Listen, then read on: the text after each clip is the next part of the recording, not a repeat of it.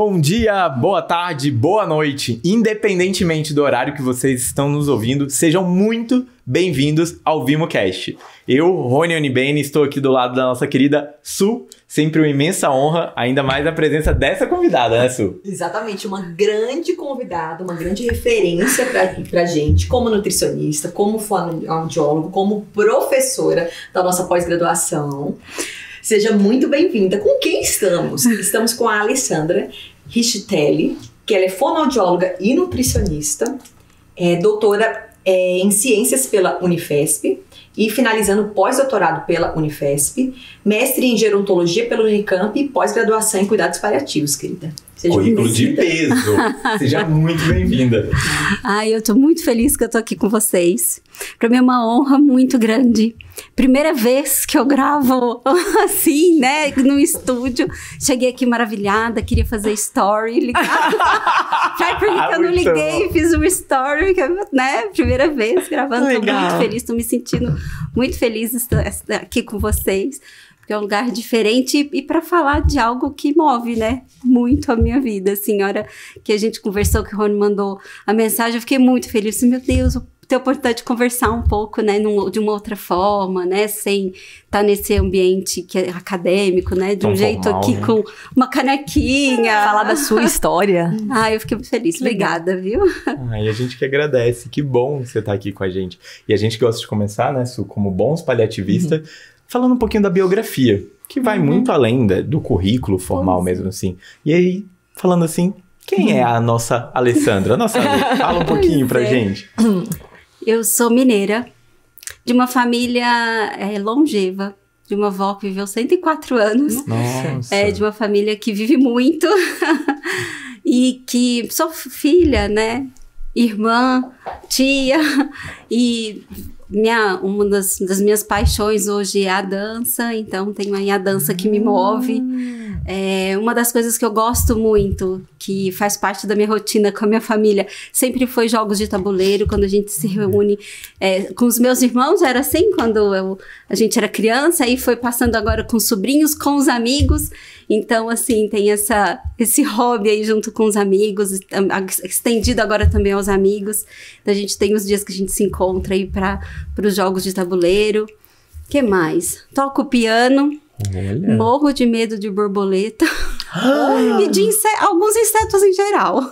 Se aqui, por exemplo, tivesse uma borboleta, eu ia estar olhando pra ela e pensando, será que ela vai voar e vir aqui? Ela tá me vendo. Eu acho lindo, mas tenho um pouco de medo. Tem uma borboleta aqui, mas na realidade tem borboletas em muitos locais aqui. Pois é. Mas que bonito, né? Você na biografia trazer seus medos. Pois é, tem. Desde o momento que a gente tem isso. Verdade. Quando eu era criança, teve uma vez que eu cheguei até a ter um pouco de crise de asma de uma borboleta, ficava voando muito perto de mim, eu tinha que ficar meio concentrada, assim, pra não... Sempre tive medo, hoje é mais tranquilo, mas é um medo, eu acho interessante de falar isso sim. O que eu amo de comidas, né? Tem que falar de comidas. Pão de queijo, ambrosia, tudo de Minas. Queijinho, né? Mas tem uma coisa que todo mundo fala, você não é mineira de verdade, porque eu não tomo café. Olha só, por uma escolha? Uma das coisas que você falou, né? Assim que eu cheguei, se oferecer um cafezinho, eu tenho até um pouco de vergonha de às vezes não aceitar. Mas se eu gostasse um pouquinho, eu tomaria por educação. Mas eu não consigo, eu não gosto do sabor. Eu gosto do cheiro, gosto do ambiente, gosto de estar com as pessoas, mas não tomo o café. Aí eu tomo outra coisa, as pessoas não tomando café. Eu faço caras e fico no ambiente, mas não tomo café. E esse sotaque é tão gostoso, né? Essa espontaneidade é muito legal. Ai, Minas. Eu não sei se vocês sabem, a Alessandra, ela está agora em São Paulo, né? Trabalha em São Paulo. E como que foi a sua trajetória, né? Das suas escolhas profissionais, chegando nessa interface do paciente em sofrimento, paciente com a necessidade de cuidado paliativo? Eu vou resumir, porque minha trajetória foi me levando, assim, pelos caminhos, né? E que eu não imaginava inicialmente que eu iria atender cuidados paliativos. Eu fui fazer fono numa cidade perto de onde minha família tá, perto de Uberaba, que é em Franca, porque meu irmão é surdo, meu irmão mais novo é surdo. E sempre muito ligada, porque ele fazia fonoterapia 3 vezes por semana. Quando eu fui fazer faculdade, a fonoaudióloga que foi dele muitos anos, me deu um livro do que era fonoaudiologia, eu me encantei e falei assim, é isso que eu quero fazer. E fui. Mas quando eu cheguei na faculdade, eu mudei completamente. Nunca atendi essa área de deficiência. Fazer exame auditivo eu só sei porque tá escrito Power. Nunca mais liguei o aparelho. Nossa. E assim, fui para uma área, me apaixonei pela disfagia na faculdade. Era voz e disfagia, as duas, mas meu TCC já foi em disfagia. E na faculdade, a professora da área de disfagia, que é a Magda Simões, eu já fiz o TCC em disfagia, ela foi já me encaminhando, assim, para umas, né, foi orientando mesmo como orientadora, eu aprendi, foi muito inspiradora, assim, me inspirou muito. E aí eu fui seguindo na área de disfagia, quando eu saí da faculdade, eu prestei prova em São Paulo para fazer aprimoramento e passei na residência do servidor estadual. E aí fiquei 1 ano no hospital, aí me apaixonei de vez, né? Aí na área hospitalar, disfagia sedimentou esse lugar, né, da disfagia. E aí fui caminhando, né? Vou resumir, porque depois de 25 anos, foi passando muito tempo, né? E aí depois que eu fiz a faculdade, depois que eu fiz a pós-graduação, né, na área hospitalar, eu fui encaminhando para ter algumas dúvidas clínicas muito na área de idoso hospitalizado. E aí fui fazer o meu mestrado em gerontologia no Unicamp. Então, meu caminho foi primeiro para gerontologia. Na época que eu fiz gerontologia, que foi 2003, 20 e poucos anos atrás, né? Se falava muito pouco em cuidados paliativos, né? E a abordagem era um pouco mais indo para essa questão da longevidade, né? Se falava muito pouco ainda. Mas fui por esse caminho. No atendimento do paciente disfágico idoso, que quando eu terminei o mestrado, todo mundo falou, não, você podia ir para o doutorado. Eu falei, gente, eu não vou direto para o doutorado. Dentro dessa área, eu quero muito ser nutricionista e prescrever uma dieta, porque se eu fizer um doutorado na área de nutrição, por exemplo, eu vou dar aula para um nutricionista e vou poder prescrever uma dieta? Não posso fazer isso. E aí, respirei, fiquei mais uns 2 anos trabalhando, aí foi quando eu fui fazer a faculdade de nutrição. Nossa. E aí, nesse meio caminho, nesse meio tempo... Mas antes o paliativo já tinha entrado na sua vida, antes da nutrição. Não, eu ainda estava na gerontologia nessa época. Talvez de forma indireta, né? Mas indireta. Não nomeado como cuidado paliativo. Nomeado como cuidado paliativo. E aí, quando eu fui fazer meu doutorado, que eu fiz doutorado unindo as duas profissões, eu atendi um paciente... que foi ele que fez eu ir para o cuidado paliativo, para fazer a pós de cuidados paliativos, que foi cada vez mais caindo as fichas. Eu atendi um paciente, que eu era fonoaudióloga da área de disfagia, tinha uma outra fono, que era da área de voz, uma equipe, tinha personal, tinha fisioterapeuta, e ele, o Parkinson numa fase intermediária para avançada, e com uma disfagia moderada para severa. E ele olhou nos olhos de cada um e falou assim, se eu fizer um buraco aqui para me alimentar e um aqui para eu respirar, eu vou morrer do quê?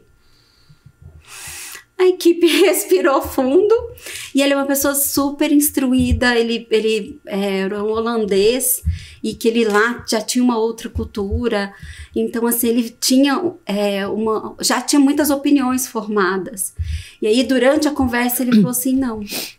Só fica comigo quem conseguir estar comigo sem fazer nenhum desses furos. E eu quero que um filho meu venha comigo, porque eu quero um documento. Foi a primeira vez que eu vi uma diretiva. O próprio paciente que pediu. De que ano a gente tá falando, mais ou menos? 2000 e... talvez 13, 14, por aí. Por aí, assim, foi quando eu tava querendo entrar, assim, no doutorado, eu já tinha começado, assim, o doutorado, e foi mais ou menos nessa época que eu ouvi dizer de diretiva e que o paciente que me falou, eu falei, aí a hora que eu saí do paciente, liguei para várias pessoas, gente, o paciente tá fazendo, ele me pediu uma diretiva, ele acionou os familiares de fora do país, ele ligou para as filhas. Olha isso, ele fez a decisão em relação à vida dele. É triste falar, mas a gente, na área de saúde, não está, infelizmente, tão acostumado com isso, né? Não. Ele Imagina veio de uma outra cultura. Atrás. E de uma ele já veio, assim, dentro dessa cultura. Ele era uma pessoa, falava 5 línguas, era uma pessoa muito culta. Eu chegava lá, ele estava assistindo programas em alemão. Então, assim, ele era uma pessoa realmente muito dono de si. E à frente realmente, né, daquele momento que a gente estava passando em 2013, né, no Brasil. Que bonito isso.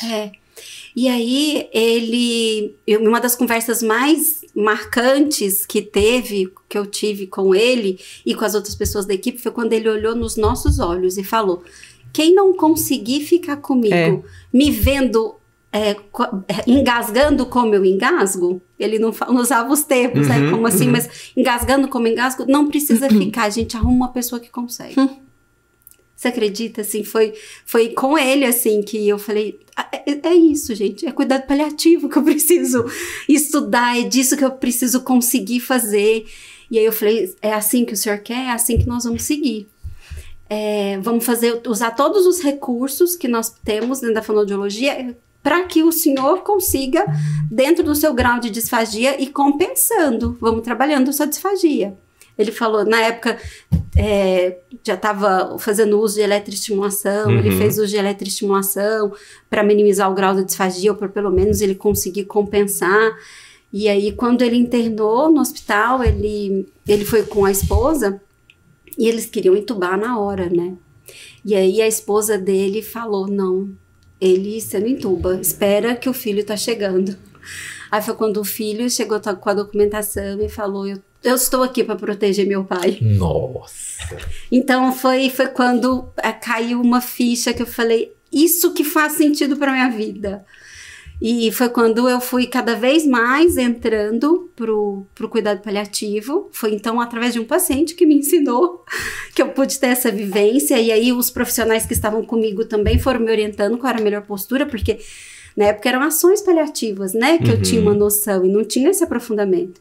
E aí eu fui fazer minha especialização só no ano de 2000, que eu fui fazer na Casa do Cuidar. Já tinha dado algumas aulas, Casa do Cuidar, a equipe da Casa do Cuidar. Eu já atendi alguns pacientes pela Casa Humana, mas após mesmo eu fiz no ano 2000. Foi quando eu entrei para me especializar. Vestiu a camisa mesmo.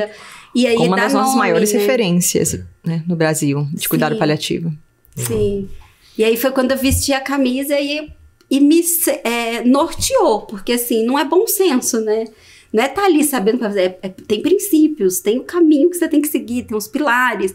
E aí eu fui... sistemático, né? Tem evidência, Pra né? buscar a técnica, né? Que dentro do seu currículo fica muito claro, né? O quanto que a parte técnica, de estudo, de formação é algo importante para você. Sim. Não é à toa que tem 2 graduações que conversam e como que isso é importante. E aí você viu ali o paciente trazendo, né? E hoje a gente tem muitos pacientes ainda e familiares que têm ignorância de não conhecer. Mas cada vez está sendo mais conhecido em relação às diretivas e você teve acesso ali e foi buscar afinco o que era, né? E buscando formação. Cara, que profundo isso. Para mim, esse paciente, e ele me deu uma plantinha antes dele falecer. Ele deu para todos os profissionais no ano do aniversário. Esse foi no mês que foi meu aniversário, no mês da físio. E aí era uma plantinha que às vezes tem flor, às vezes não tem. Fica todo mundo, agora nasceu flor, agora não nasceu. Aí todo mundo ainda tem a equipe, ainda se fala com a flor que ele... Com essa planta. Naquela época, aí todo mundo cuida. Cara, que lindo isso. E Ale, marcou todo mundo da equipe. E assim, nessa sua trajetória, né? Você lida com uma parte que a gente fala que é tão sensível, essa parte da alimentação, né? A Juliana Tepedino teve recentemente um nutrólogo e ela falou assim, o latino tem uma questão muito forte com a comida, é uma coisa nossa, assim, cultural. Mineiro, então, é como você falou, né? Vai na casa de um mineiro, não aceita o café, o negócio começa a ficar até treta ali. Nossa. Foi a segunda parte da biografia dela. Deixa eu falar então sobre o que eu gosto de comer. Que é um ponto muito sensível. E como que é pra você lidando com casos mais complexos, principalmente às vezes quando não tem cura, às vezes quando a questão da alimentação por via oral é uma coisa muito complicada, semelhante a esse caso. Como que você lida com isso como fono? E até de conhecimento dos demais colegas, né? Porque isso é uma coisa muito... que acontece muito, principalmente na formação de fono. Temos pouquíssimos colegas da sua área, da nutrição também, com uma formação em cuidados paliativos, né? Sim. E às vezes tem essa questão entre as equipes mesmo. Como que é? Então, é um desafio muito grande, porque desde todo sempre, a alimentação, para mim, foi crescendo, né? Mas sempre teve um lugar mais de compassividade. E dentro da área de alimentação tem muito isso. Como assim, compassividade? Fala um pouquinho pra gente. Na nutrição, por exemplo, tem o que pode e o que não pode. É sempre o que é dicotômico, né? Você tá comendo alguma coisa, isso você não pode, isso engorda. Ou isso emagrece, ou isso aqui. Sempre muito nessa área, isso... Na fonoaudiologia... Cheio de regras, né? E regras de fora, né? E regras de fora, e que sempre alguém sabe. Fora do indivíduo, né? Limitantes. Limitantes. E que inclusive... Fala pra você se você pode ou se você não pode. Imagina, Su, virar pra você e falar assim, ó... Come mais McDonald's, não. Acabou o McDonald's, ouviu, doutora Suelen? Aí, meu irmão, bateu um treco, pô. É verdade, o McDonald's patrocina a gente. Conceitos... e com alguns conceitos que são muito enraizados culturalmente, né? Por exemplo, a pessoa fala assim, eu não vou comer abacate porque abacate engorda. Eu falei, que dia que um alimento nasceu pra engordar alguém? Ele nasceu para nutrir. É a quantidade que a pessoa come que faz com que a pessoa ganhe peso ou não. Mas o alimento em si, não existe nenhum alimento que foi feito para engordar ou emagrecer. E esse lugar tá sempre muito vigente em todos os contextos. Entendi. E muitas vezes os profissionais trazem esses conceitos para dentro da casa do paciente. Então, para mim, isso é um grande desafio. Porque, assim, muitas vezes até o próprio familiar traz isso, né? E aí, dentro do cuidado paliativo, se ele não comer, se ele não tá comendo é porque ele não tá querendo mais viver. Se você não comer, faz chantagem, né? Se você não comer, você não vai parar em pé. Saco vazio não para em pé. Quantas vezes eu já não ouvi isso, né? De um paciente que já tá em fim de vida e o familiar traz isso. Então, esse lugar, para mim, é um lugar muito desafiador. Porque é um lugar que eu preciso tentar, através da minha profissão, mostrar que é um lugar compassivo, que é um lugar que a gente tem de troca de vida, mas que não é de chantagem, que é de prazer, que é de segurança, que respeitando o que gosta e o que não gosta. É de cuidado, né? De cuidado. Um lugar de cuidado, muito sagrado. E às vezes o que mais gosta é muito valorizado. Mas eu sempre falo, né, que o quanto é importante a gente também saber o que a pessoa não gosta. Porque pode ser um lugar que você vai fazer uma terapia de fono com um alimento que ele não gosta. Por exemplo, as pessoas oferecem muito banana, porque é muito fácil. É difícil a pessoa engasgar com banana. Eu, por exemplo, não como banana, eu detesto banana. Aí eu falei, gente, vou pôr na minha diretiva. Se alguém me oferecer banana, eu ficar disfágica, alguém me oferecer banana, que é o mais fácil, não me ofereça. E às vezes a pessoa oferece no automático, porque é o que é mais fácil. Tem que perguntar. Eu tô preocupada que ela não toma café, não come banana, e aí, como que fica? Eu tô preocupada. Pão de queijo, tá perdoado. E é um alimento fácil, né? Sim. Muito fácil. Então, acho que também ter esse lugar de sempre ter esse cuidado de sempre perguntar o que a pessoa gosta, mesmo que ela esqueceu. É um paciente que tem uma demência. Mas o que ele sempre gostou? O que faz parte da história dele? Então, acho que esse lugar da alimentação com compassividade é um lugar que... Mas eu tento defender, assim, dentro dos cuidados paliativos relacionados tanto à fono quanto à nutri. Legal. Você trouxe um caso muito impactante, né? Que até te guiou, te norteou para você ter um encontro no que fazia sentido na sua profissão e até talvez na tua vida, né? Você lembra agora de algum caso? E a gente sabe, né? Que a gente sempre, né? Todos os dias, assim... Passamos por casos que, às vezes, a caminhada ou o desfecho não é o mais adequado, né? A gente não consegue trazer o cuidado que a gente achou o melhor, o adequado, né? O que tivesse de acordo com os valores do paciente. Você consegue lembrar agora um caso marcante para você? Tem um caso que eu pedi para sair. Eu acho que talvez é um bom lugar, né? Para conversar sobre ele. Acho que eu posso comentar dois. Um que eu pedi para sair e um que me marcou muito. Um que eu não consegui continuar. Era uma primeira vez que eu já formada em cuidados paliativos, já dando aula, já mais integrada em equipe. E a equipe com paliativistas, então tinha médicos paliativistas, enfermeiros. E era um caso de uma paciente que teve uma demência e que foi gastrostomizada na fase moderada. E se um dia gastrostomizou, uma hora vai ser uma medida artificial de manutenção da vida. Ela já tinha falado para os filhos, era uma médica pediatra, que ela não queria que prolongar a vida dela de uma forma que ela ficasse acamada e que não tivesse contato tanto com a vida. E essa demência foi evoluindo. E chegou no momento de discutir sobre cessação de dieta, da alimentação artificial. A primeira vez que eu participei de um contexto como esse, eu não consegui estar. Foi muito difícil ouvir e entender que precisaria realmente ir diminuindo aquela dieta e que como que ia ser esse processo de fim de vida dessa paciente, sendo que ela estava sendo mantida por conta da dieta. Para mim, mexeu muito comigo. E aí eu fui num atendimento... Com você nos seus valores? Ou nas suas questões técnicas? Não foi nas questões técnicas, eu entendi por que precisava. Que haveria uma indicação técnica, que era possível fazer aquela redução. Que era possível. Nos meus valores também não. Se eu estivesse no lugar dela, eu também não iria querer. Foi do ponto de vista pessoal, emocionalmente. Eu não consegui emocionalmente estar ali naquele lugar. Aquela decisão. Sustentar aquele lugar de acompanhar o fim de vida de uma pessoa que estava recebendo dieta e precisava cessar a dieta.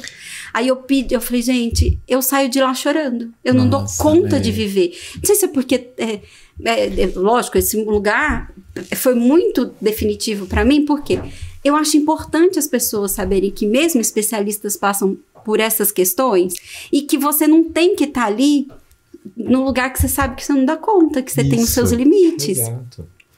Eu tive que levar essa questão para terapia. Eu tive que levar isso para terapia. Falei, gente, aqui não é um lugar que eu consigo ficar. Coloca outra pessoa no meu lugar. Na medida do possível, eu quero que vocês me contem como vai ter esse andamento. Mas hoje, do ponto de vista pessoal e emocional, eu arrepio de contar. Eu não consigo estar numa família de longevos, de uma família que valoriza tanto o idoso. Eu não consegui emocionalmente bancar estar. Nossa, Ale, te ouvindo, isso é de uma sensibilidade. Uma maturidade, tremenda, né? E de uma maturidade de alguém que vem de um ambiente técnico de formação e de entender. E também no que a gente fala até dentro do cuidado paliativo, né? De você reconhecer o que é seu. Você pediu pra sair por conta das questões pessoais, mas não como uma questão técnica. E você não ficou misturando a sua questão pessoal com a questão técnica. Não. E eu acho que pra quem a gente tá nos ouvindo, acho que essa fala da Lê, eu acho que é aquele momento que a gente fala, né? Tome nota. É demais. Esse é um momento de tome nota, porque esse é um desafio. Vivi isso essa semana numa discussão de caso com um colega médico trazendo... Mas, olha, eu entendo que não é... Mas era uma questão dele. E que quase que a gente até brincou na equipe, a gente teve que paliativar o colega nesse sentido de acolher o sentimento. E é muito difícil para todos em situações como essa, seja com alimentação, com outras questões, mas que eles às vezes reconhecem a questão técnica, mas acaba que a questão pessoal fica passando a questão técnica. Quantas vezes isso acontece? Demais. Agora, o tanto que essa maturidade pessoal, emocional, né, e consequentemente profissional, da gente nomear que há alguns lugares, há alguns sofrimentos que a gente prefere não estar, que a gente não consegue cuidar, né? A gente conversa muito sobre isso, né? A gente tem essa equipe que a gente traz essa transparência.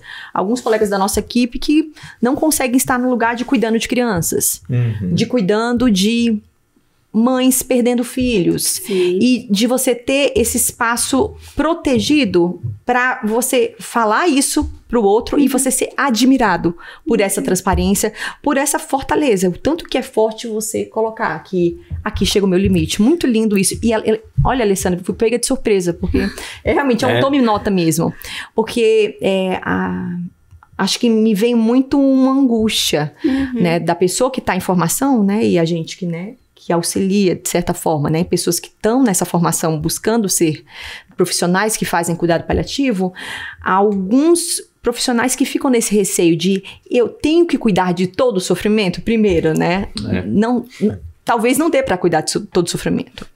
Eu tenho que ativamente estar cuidando de alguns casos que tocam no meu sagrado, que tocam em coisas importantes? Não. Agora... O que não significa que aquele sofrimento não deve ser cuidado, mas você sinalizar ao outro. Muito bonito isso. Eu tive que conseguir me separar. Foi o que vocês falaram, assim, aqui é um lugar que nesse momento eu não consigo estar. Então, assim, em outros momentos, eu como profissional consigo sair do meu lugar de Alessandra, né, da pessoa, e ser uma boa técnica para quem é aquela pessoa, porque é, né, o centro do cuidado. Ali, no primeiro momento que eu ouvi sobre como ia encaminhar o caso, eu já falei, agora eu não consigo. Hoje eu consigo melhor, mas naquele momento eu falei, agora não é para mim. alguém precisa assumir esse lugar. Então, assim, para mim, ainda continua sendo. E eu sempre conto isso em aula, porque eu acho que foi interessantíssimo. Assim, os alunos precisam entender que a hora que for algo difícil para eles têm que voltar um passo atrás e falar qual é o caminho que eu vou seguir agora. Aqui é um lugar que eu não consigo estar. Pediatria, quando você falou em criança, sempre foi um lugar muito difícil para mim. E contanto que, na verdade, as pessoas nem me encaminhavam crianças nunca. Porque sempre nos adultos e nos idosos, e desde quando eu me formei, sempre na área de geronto. E já tem muito sedimentado, esse lugar é idoso, Alessandra é idosa, nunca ninguém encaminhou. Esse ano, em especial, eu atendi um caso de pediatria que eu me apaixonei. Talvez o desafio para o meu próximo ano é atender um pouco mais de pediatria. E quando eu atendi, o sentimento foi o oposto disso do que eu senti como... do que fez eu dar um passo para trás. Fez eu conseguir olhar a criança de uma forma do que eu poderia realmente ser como paliativista, ir para aquela família. E como foi um caso bem grave, que eu pude vivenciar os últimos 15 dias de vida dessa criança. E quando terminou o caso, eu falei, aqui eu consigo, né? E foi um pedido tão especial de uma equipe de paliativistas. Falou, Alessandra, essa criança é muito sua cara, né? Que a gente vê isso. Falei, gente, será? Eu vou tentar ajudá-los e vou dar o meu melhor. Se eu não conseguir, posso dar um passo para trás, igual eu já dei outra vez, né? Foi mais ou menos, foi assim que eu pensei. E pelo contrário, talvez a pediatria, nos próximos anos, a gente vai poder falar um pouco mais disso, porque foi um lugar que me encantou muito. Legal, né? E que eu não tinha tido tanta experiência. Lindo, né? Hoje, a Alessandra, o Rony e a Sueli que estão aqui, né? São pessoas diferentes de antes. Total. E vai ser diferente, né? É muito lindo como a gente vai se moldando em tudo, né? Não é só sobre o paliativista isso, né? Todo mundo. Mas, né? Vou puxar um pouco a nossa sardinha, né? A gente faz essa conexão com o outro e nessa conexão, nessa troca, o outro leva algo e a gente recebe esse algo. Então, isso vai moldando a gente, assim, a nossa vida, as nossas escolhas. Então, às vezes, o que era impensável de ser cuidado, hoje, talvez em algum momento, eu me sinta atravessada por isso. Que coisa linda isso. E assim, te ouvindo, né, eu vejo o quanto de maturidade tem na sua fala como um profissional que lida com o sofrimento. Porque às vezes, dentro do profissional da saúde, fala assim, não, tem que dar conta. Isso dentro da formação médica, isso é muito claro durante a faculdade. De você, em momento nenhum, dizer que não sabe, em momento nenhum você se afastar e sempre encarando coisas muito maiores que estão mexendo com você. E aí é onde vem uma cascata de burnout, de adoecimento muito grande. Pela uma falta de maturidade, de entender e reconhecer as habilidades que precisam ser adquiridas, né? Inclusive, ontem a gente estava falando, né, com alguns alunos da mentoria, nesse sentido de como que é importante a aquisição de algumas habilidades, que é isso que você trouxe. Você reconheceu. E aí eu vou até adaptar uma frase que a gente tem do Peter Druge, que ele fala assim, aquilo que não é medido não pode ser melhorado. E eu vou adaptar ela no sentido, aquilo que você não identifica dentro de habilidades que são fragilidade sua, você não pode melhorar. Então, você precisa reconhecer aquilo que você precisa adquirir. Sim. Então, você percebendo essa questão da pediatria, uma coisa que você fala, mas deixa eu me desafiar e entendendo que você pode dar um passo atrás. E você percebeu e agora tá colocando como novo desafio de uma nova habilidade. Isso que faz a gente continuar também nesse crescimento, né? E é interessante ouvir isso, assim, me fez uma ideia de muita maturidade da sua parte. Nossa, você viu que a gente ficou com um looping de insights. Nossa, isso total. Tocou em algo muito falou importante, muito. Nossa. Que trazer a sensibilidade, o humano. O humano no sentido de não do justiceiro que cuida do sofrimento, né? Mas da pessoa que tá cuidando da outra. E é isso. E pessoas precisam de pessoas. Eu acho que um ponto importantíssimo é o profissional se autoconhecer, assim, esse autoconhecimento, né, dos seus limites, das suas fragilidades. Aqui eu sou bom, aqui eu consigo, e não no sentido de nariz empinado e de ego, não. É de reconhecer onde você tem sua potencialidade e sua fragilidade, para que naquele lugar de fragilidade você ou tem essa opção de treinar e se desafiar, ou falar, não, aqui é uma fragilidade que agora eu não consigo mexer. Então, eu acho que a questão do autoconhecimento é muito importante. Para que a gente consiga cuidar do outro, E ter o outro como centro do cuidado é o principal, eu acho, que a gente se conhecer, assim, entender onde que a gente tá, né? E aí eu queria ouvir um pouquinho de você como fono, dentro da vivência hoje que você trabalha com cuidado paliativo, com geronto, nesse sentido, qual que você vê a importância desse trabalho em equipe, né? Da equipe da fono junto com o colega, principalmente nesse contexto desse paciente tão complexo. Como você vê isso? Posso falar da Nutri também? Pode, eu não deve. vou conseguir falar. Esqueça, né? Até falei com a sua, assim, porque como a gente tem a nossa Paty maravilhosa, e aí já faz essa dupla de perfeição. Aí a gente sempre fica assim, mas é verdade, é fono e Nutri. Não, claro, pode, por favor. É porque vocês têm uma Nutri que é muito presente, que é a Paty, né? E aí acabou que a Paty fica muito com a questão de nutrição e ficou mais marcada a fono, né? Mas eu não vou conseguir responder sozinha. Mas é engraçado, né? Fazendo parêntese, quando, né, a gente conversando sobre a tua escolha, né, de fonoaudiologia e nutrição, né, dentro dos cuidados paliativos, eu fiquei aqui pensando, né, o paciente com uma síndrome de anorexia, caquexia, por exemplo, secundário ao momento de fim de vida, né? Como lidar com essa impossibilidade, com esse limite, né, do corpo de conseguir se nutrir. E pelo outro lado, pela perspectiva da fono, daquela pessoa que não consegue mais engolir o alimento. E que à medida que você atende, tem a tendência, inclusive, de piorar a disfagia. Não por causa do seu atendimento, a evolução da doença. É você conseguir estar igual o meu paciente falou lá, né, lá atrás, que me despertou a estudar. Eu vou continuar engasgando, porque a evolução da minha doença vai continuar, né? E vai talvez chegar um momento que mesmo com a minha intervenção, ele vai continuar sendo disfágico e talvez até piorar a disfagia. Tô lembrando agora de um então, caso que uma fono trouxe isso. Ela falou assim, agora o nosso paciente, ele precisa da presença. Ele não precisa da intervenção. Eu acho que é a presença de um lugar técnico que sabe como colocar a sua presença, né? Muito mais do que só segurar a mão, mas entender que aquele posicionamento, qual o tamanho da colher. Então você quer comer e tá deitado e quer muito comer, não é, vamos tentar então posicionar. Vamos ver o tamanho da melhor colher, qual manobra que eu vou usar. É uma presença técnica. E que no limite que a pessoa, ela não quer mais comer naquele momento, então é parar, não ficar forçando, não é atingir a meta de que tem que terminar o pote inteiro, né? E aí, o que você perguntou com relação à equipe, para mim o que mais é um desafio é a comunicação e o alinhamento da equipe, sem dúvida nenhuma. Aí unindo o que você perguntou com o que você falou, é ter todo mundo alinhado, como por exemplo numa síndrome caquexia, anorexia caquexia, numa caquexia refratária, que é refratariedade e que ele está evoluindo, né, para um fim de vida e que é uma alimentação de conforto, por exemplo. E como lidar se estão todos alinhados? A família, o profissional, a equipe que está ali, está todo mundo acolhendo os familiares, quais as dúvidas que aqueles familiares têm. Então, sempre que eu termino meu atendimento, eu sempre pergunto pro familiar, ficou com alguma dúvida? Não, agora tá tudo bem. Se eu sair daqui, virar as costas, estiver lá na minha casa já, qualquer coisa que te angustiar, não é para ficar para você. Não é para você ficar, porque agora tá tudo bem, porque eu estava aqui junto com você. Mas pode ser que uma hora eu não vou estar, né? Eu não fico aqui por uma hora. Não é para nada te angustiar sem que você verbalize isso. Muitas coisas vão te angustiar ainda. Vai ter uma sequência de vários dias. E que o declínio funcional vai acontecer. Você está lidando com uma pessoa frágil.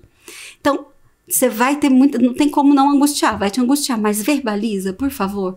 Você tem a enfermeira, você tem o médico, você tem você tem um físio. Por vezes eu sou fono e tenho uma outra nutri, às vezes eu não faço os dois papéis, né? Nem todos os casos eu faço os dois.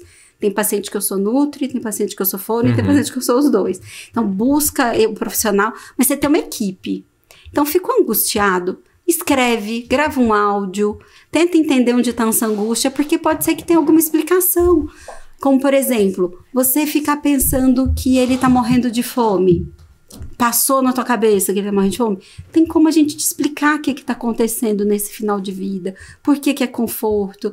Então, eu acho que essa aproximação, sabe, com o familiar, de ser essa presença, mas a presença que traz esse acolhimento sensível, mas que traz a explicação técnica, eu acho que é onde a assinatura do paliativista, né? Não. Tá nesse lugar. Você trazer esse termo, né? Presença técnica, assim, faz todo sentido, né? Total. E aí até aproveitar, né? A gente meio disso, você falar um pouquinho do ar de vinho, que é uma questão que é uma presença técnica. Ah, nossa, eu quero tomar meu vinho. Então vai dar o vinho, ele toma, ele taça, ele... Não, tem uma forma técnica de fazer que consegue viabilizar com segurança para esse paciente. Então, explica um pouquinho para nossa audiência o que é o ar de vinhos. Aí, pessoal, ar de vinho? Como que é isso? Eu também fiquei dando tilt a primeira vez que eu ouvi. Por falar em equipe, né? Eu, por mais que tenha 2 profissões, eu trabalho como equipe. E aí, como eu falei, nem sempre eu faço as 2. E nessa de estar sempre em equipe, eu conheci uma chefe de cozinha, que é Camila Monteiro, que ela é fono e chefe. E aí, ela que desenvolveu essa técnica, foi ela como chefe. Então, o ar de vinho é feito por uma técnica gastronômica.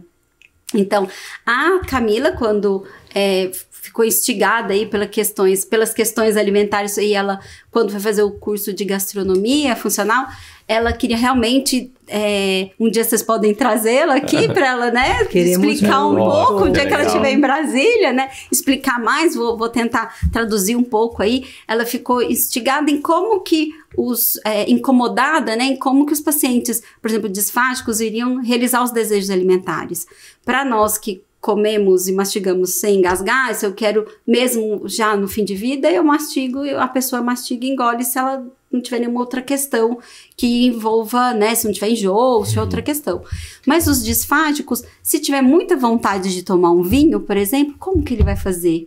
Se é um disfágico que, por exemplo, tem uma esclerose lateral amiotrófica, que foi o primeiro caso que a Camila fez o ar de vinho, foi por causa de um paciente, e ela sempre... Esse desconforto dela. E as técnicas que ela usa na gastronomia sempre vem do desejo de um paciente. Então, a partir do desejo de um paciente, ela vai desenvolvendo a técnica, ela estuda qual é a melhor técnica. E aí o ar de vinho surgiu assim, de um paciente da Camila, que ele era um sommelier, e ele tinha esclerose lateral amiotrófica, e ele pediu para ela que queria sentir o sabor do vinho novamente. Ele já fazia uso de tráqueo numa fase mais... que tinha já uma evolução, né, da doença. E aí foi quando, através de uma técnica gastronômica, ela desenvolveu o ar de vinho, que... na prática, né, é mais fácil de mostrar do que de falar, mas o ar, ele... através dessa técnica, ela faz com que o vinho, ou pode ser o café, pode ser a Coca-Cola, pode ser o caldo de feijão, vira realmente uma espuma, né? Parece uma espuma. A espuma tem a densidade mais de uma gordura, porque fica mais denso. O ar é mais leve que uma espuma. E aí, aquelas borbulhas, ela coloca numa colher e aí oferece como um estímulo gustativo, sensorial e que traz um sabor intenso. Vocês que já experimentaram podem dizer o quanto que eles têm sabor. E realmente, tem um sabor realmente do vinho, da Coca-Cola, realmente. E essa é a presença técnica que a gente tem que sempre estar prontas, né, para os pacientes, né? No caso desse paciente, foi usado o ar de vinho, e aí isso vai sendo reproduzido. Quando ele é indicado? Para os pacientes que querem sentir o sabor de algum alimento ou de alguma bebida, e eles não têm indicação técnica para volume. Se for num volume grande, de pegar e virar, ou mesmo que for uma colher, vai ter uma broncoaspiração maciça, e aí vai piorar muito a condição de saúde dessa pessoa. Então, quando ela não consegue lidar ou manejar o volume, é oferecido em ar para essa questão da experiência sensorial mesmo. E também para alimentos sólidos. Pode, por exemplo, nós no último congresso de fono teve uma mesa hands-on lá na arena, no ecossistema Disfagia. E aí nós fizemos o ar de feijão. Olha! Ar de feijão. Então, assim, é possível fazer ar de qualquer alimento que não tenha tanta gordura, porque a gordura faz ele virar uma espuma, e a espuma fica densa, e essa densidade dá volume na boca. Por exemplo, sei lá, você vai tomar um drink que tem, sei lá, não sei se vocês já tomaram um drink que tem, por exemplo, uma espuma de gengibre, que eles colocam, é um pouco mais denso a espuma. Então, a hora que você coloca na boca, você sente. Ou você precisa ter uma degustação mais efetiva, precisa conseguir ter esse manejo. Então, a pessoa... Agora, o ar, não. O ar é só realmente ter essa sensação muito e legal. Conseguir sentir o sabor. E Elê, frente a isso, né? Frente a esses desafios, que tanto que já lhe fez até pedir para sair de um caso lá no início e te fez ficar meio atenta até na parte da pediatria, o que te faz continuar? Na verdade, hoje o cuidado paliativo, ele dá sentido para minha profissão. O que me faz continuar é que sem cuidado paliativo, eu me sentia uma pessoa que procurava tudo. Vocês viram que eu fui estudando várias coisas, né? Fui atrás, sou uma pessoa... tenho uma personalidade que sou muito sedenta, assim, de conhecimento, vou sempre muito atrás. E eu me sentia uma pessoa que procurava. Eu sentia sempre isso, antes disso da cuidado paliativo. No cuidado paliativo, não. Ele me sedimentou. Ele deu sentido para tudo que eu estudei. Para tudo que eu trabalhei, para os pacientes que eu atendi. Ele sedimentou o meu lugar. Então, o cuidado paliativo, para mim, é o lugar onde eu finco os pés, assim. É o lugar que eu me sinto segura. É o lugar que dá sentido para as minhas duas profissões. Então, por isso que eu consigo ficar, porque é nele que faz com que eu tenha sentido para continuar trabalhando. É mostrar esse lugar de compassividade, num lugar que é de prazer e segurança para esse paciente, de ter essa relação com o tempo, né? De que trazer vida até o último fiozinho que essa pessoa tem de vida, né? E é um lugar que a gente liga tanto, né, com o tempo, né, no nosso dia a dia, o quanto é desafiador para nós que não temos uma doença ameaçadora da vida e que não temos uma condição grave de saúde, o tempo já é tão difícil. Como que a gente vai organizar? Com o que a gente usa mais o nosso tempo, né? Imagina para uma pessoa, né? Então, que tem esse lugar mais delimitado, né? Vamos assim, do tempo. Então, para mim, o cuidado paliativo, eu consigo ficar porque, na verdade, é o que fez ter sentido a minha profissão, as minhas duas profissões. Sedimentou a minha carreira. Porque, na verdade, eu não falo que eu tenho duas profissões. Hoje eu falo que eu tenho uma carreira. Fui construindo, assim, a minha carreira.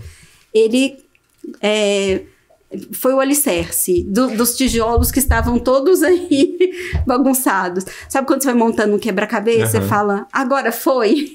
Então, é esse lugar. Nossa, que bonito. Tem propósito, né? É o que te deu propósito. Sim, é o que me deu propósito. Faltou essa palavra, né? Verdade, você falou a palavra que resume, deu propósito. Coisa linda. E ouvindo, né, a sua trajetória, é o que você trouxe. Não são duas profissões, né? Não são duas escolhas. Sempre foi uma escolha. Sempre foi uma carreira que foi se construindo e lapidando, né? Foi.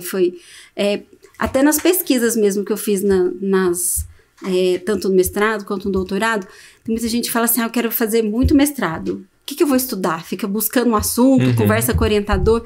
Eu nunca consegui ser assim. As duas pesquisas foram a partir de uma dúvida clínica. Não, calma. Eu terminei aqui, agora fiz a especialização, eu preciso entender qual a dúvida que eu tenho agora para ir. Então, sempre foi um lugar que eu queria subir um degrauzinho, sabe? Assim, de entender onde que estava a minha profissão, para que essa carreira fizesse sentido, assim mesmo, né? Para o que eu estava construindo para minha vida. E aí veio o cuidado paliativo para dar nome para esse propósito. Ou quase para costurar tudo, né? Para costurar literalmente. tudo. Eu vejo, né, como um patchwork, né? Para costurar tudo. Aí você fala isso, né? Sempre isso. Foi isso, sempre foi uno. Que bonito isso. Fez dar um direcionamento. Lindo. Sabe quando tá tudo apagado, acende a luz? Foi quase, ou meio na penumbra, você vai pegando as pecinhas, fala, olha, e aí você falando do jogo de tabuleiro, que é bem isso, né? Você vai montando, que bonito.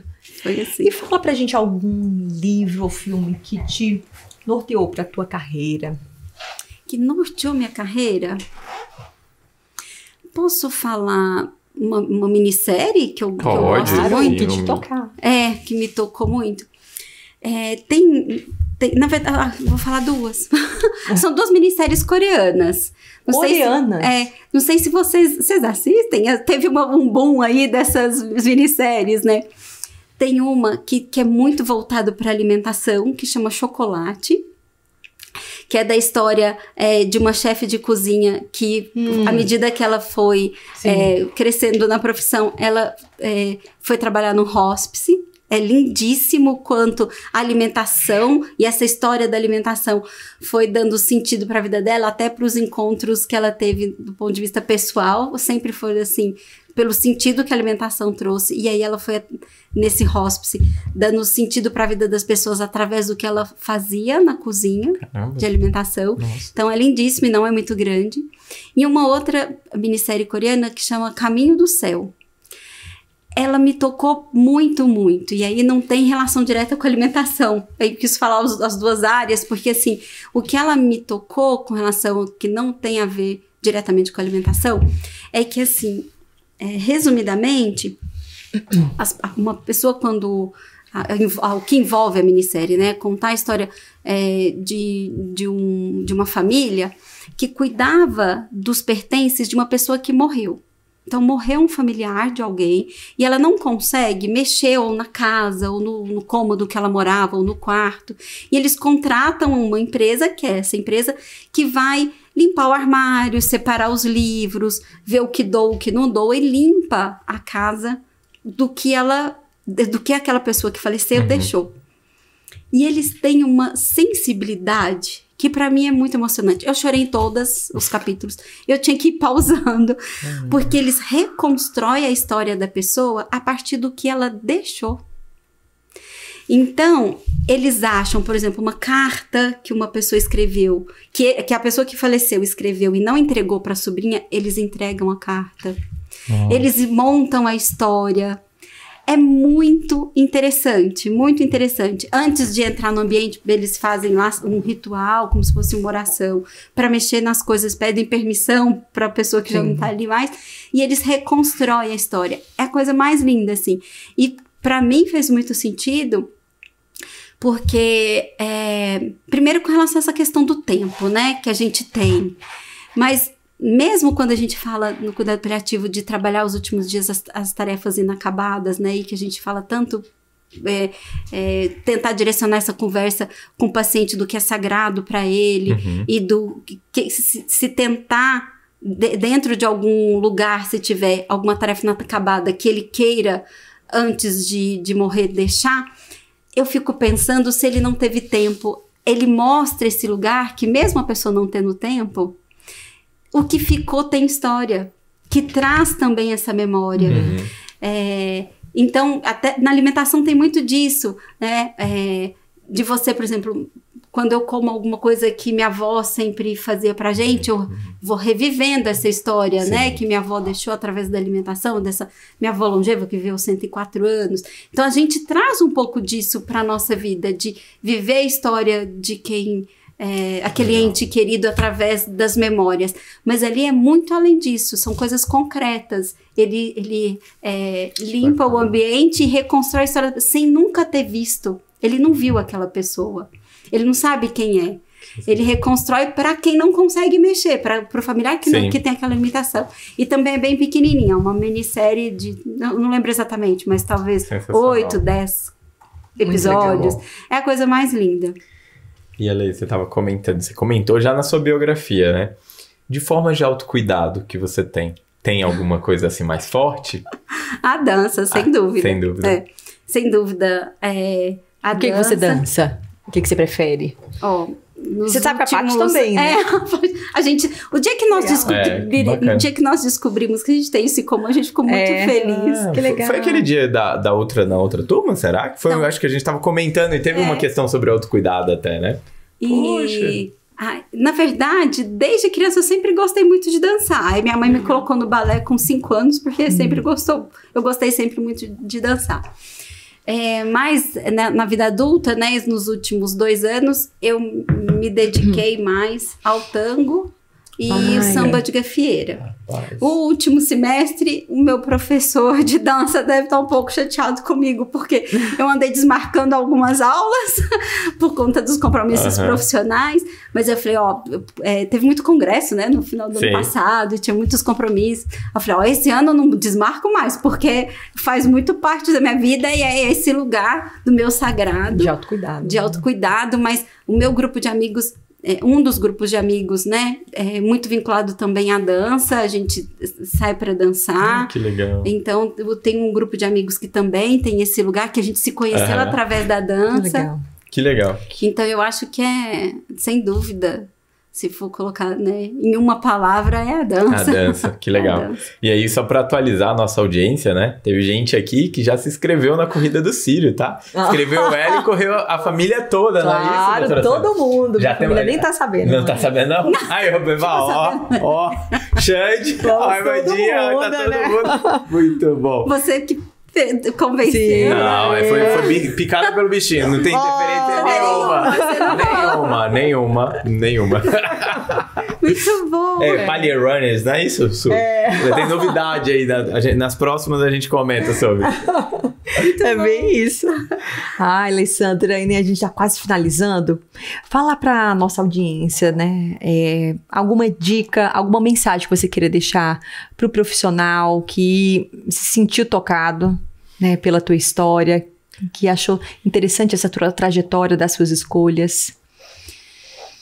Eu acho que o que eu posso dizer é a pessoa que quem tem queira estar nessa área do cuidado paliativo, eu acho que um dos primeiros passos é que seja um bom técnico.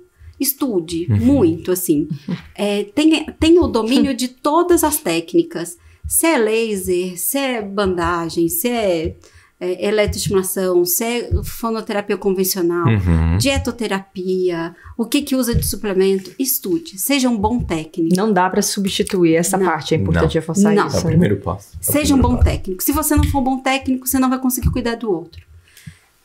A partir disso, não fique refém da técnica. Saiba a técnica, mas você não pode ser refém dela. Você tem que fazer a técnica ser instrumento para o seu paciente, que é o centro do cuidado. Então, é saber a técnica, mas não ser ela o centro, nem ser o refém, nem ficar refém, e nem você ter o seu ego nela. Porque a gente tem muito isso, né, de querer reabilitar e de mostrar que a reabilitação fez ele melhorar. É lógico que a gente quer que o processo de reabilitação, dentro, né, tem mesmo processo de reabilitação paliativa, tem um momento que você melhora o grau da disfagia desse paciente, mesmo mantendo a doença de base. Ok, mas isso não é o norteador. O norteador é você fazer que essa técnica seja instrumento para o paciente e que o foco, aí o principal, né, que nunca seja diferente do que o seu, né, o principal foco, o paciente. Não a doença, o paciente. Eu acho que esse é o caminho. Sabe, nossa, foi um episódio, assim, né, tá sendo um episódio muito profundo e muito maduro, né, isso que você traz da questão do ego. Acho que da gente assumir que tem, claro que todos os pacientes que a gente acompanha, nós do cuidado paliativo, se há possibilidade técnica, né, diante do contexto clínico do paciente de reabilitar, claro que a gente quer reabilitar, mas às vezes pode ser que a gente queira reabilitar porque a gente acha que sabe o que é melhor para o paciente, e não porque a gente está torcendo por ele, né, a gente precisa colocar isso, né, para a gente poder sempre ter essa atenção, né, de quando eu quero algo para o outro, é porque eu quero que ele siga o que eu tô falando, porque realmente aquilo faz sentido pra ele, né? Muito bonito isso. Que episódio, né? Gente. Sensacional. Cara, que episódio. Vale a pena assistir novamente. Alessandra, muito, muito, muito obrigado pela sua presença aqui. E eu queria que você deixasse pros colegas que estão nos ouvindo onde que eles podem saber um pouquinho mais, te contar, te encontrar, te perguntar a receita do ar de vinho, ver um vídeo, visualizar. Como que pode ser? Pode falar aí pra galera. Te chamar pra palestras. Sim. Primeiro quero agradecer novamente, que pra mim foi realmente uma conversa, né? Eu cheguei nervosa, falei assim, nunca gravei. Você fala, não, vai ser um bate-papo. Ai, gente, foi a primeira coisa que você falou, se joga. Fiquei muito bom, gostei muito de estar aqui com vocês. Tem o meu Instagram, que é alefono, _fono_nutri, mas se colocar alefononutri já vai logo aparecer Alessandra Richitelli. E o Instagram, que eu sou sócia da Camila Monteiro, que é fono-chefe, que é o Gastronomia Adaptada, @Gastronomia Adaptada. E aí lá é um lugar onde a gente tem aí o trabalho transprofissional na prática, né? E que a gente consegue aí ter esse lugar juntas. E várias localidades do Brasil podem ter acesso. Sim. Que coisa boa. Olha só, gente. Busquem, que é sensacional a experiência, viu? Nós fazemos sistema de consultoria, né? Muito bom. Que legal. Então, nossa. Tá, eu falo aí em nome da Camila, né, também, que é sócia, que o Gastronomia Adaptada tá aí à disposição, né? Que legal. Gente, se gostou desse episódio, tenho certeza que gostou. Deu até vontade, assim, do pãozinho de queijo com café. Não, café não, um leitezinho aqui, talvez. E nós não podemos esquecer de uma coisa. Tem um comentário que a Paty pediu pra gente fazer, que é continuação do podcast, que quem não ouviu, ouve da Paty, pra entender por que a gente tá falando aqui agora. Quando vocês gravaram com a Paty, foi conversado sobre a especialidade de nutrição, né? Isso aí é a titulação.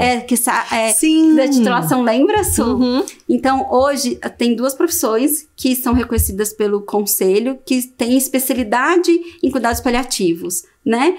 Todas as outras são atuação na área de cuidados paliativos. Uma é a enfermagem e a outra é a nutrição.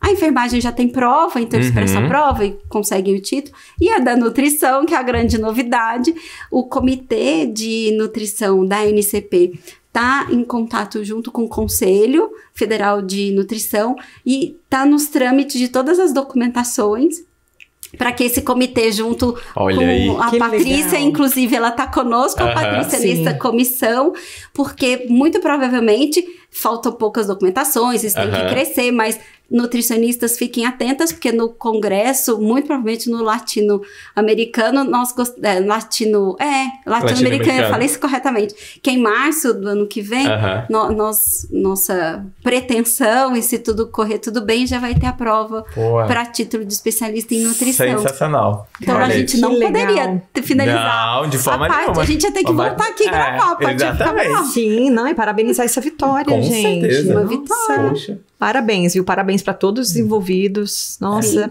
muito bom. Gente, se você gostou desse episódio, eu tenho certeza. Já segue a gente, curte, se inscreve no nosso canal, deixa um comentário aí pra gente que vai ser sensacional. Ale, muito obrigado pela presença. Su, sempre. Agora com essa notícia que você tá inscrita, pô, lavei a alma. José Roberval também. O Roberval ficou sabendo pelo podcast, hein?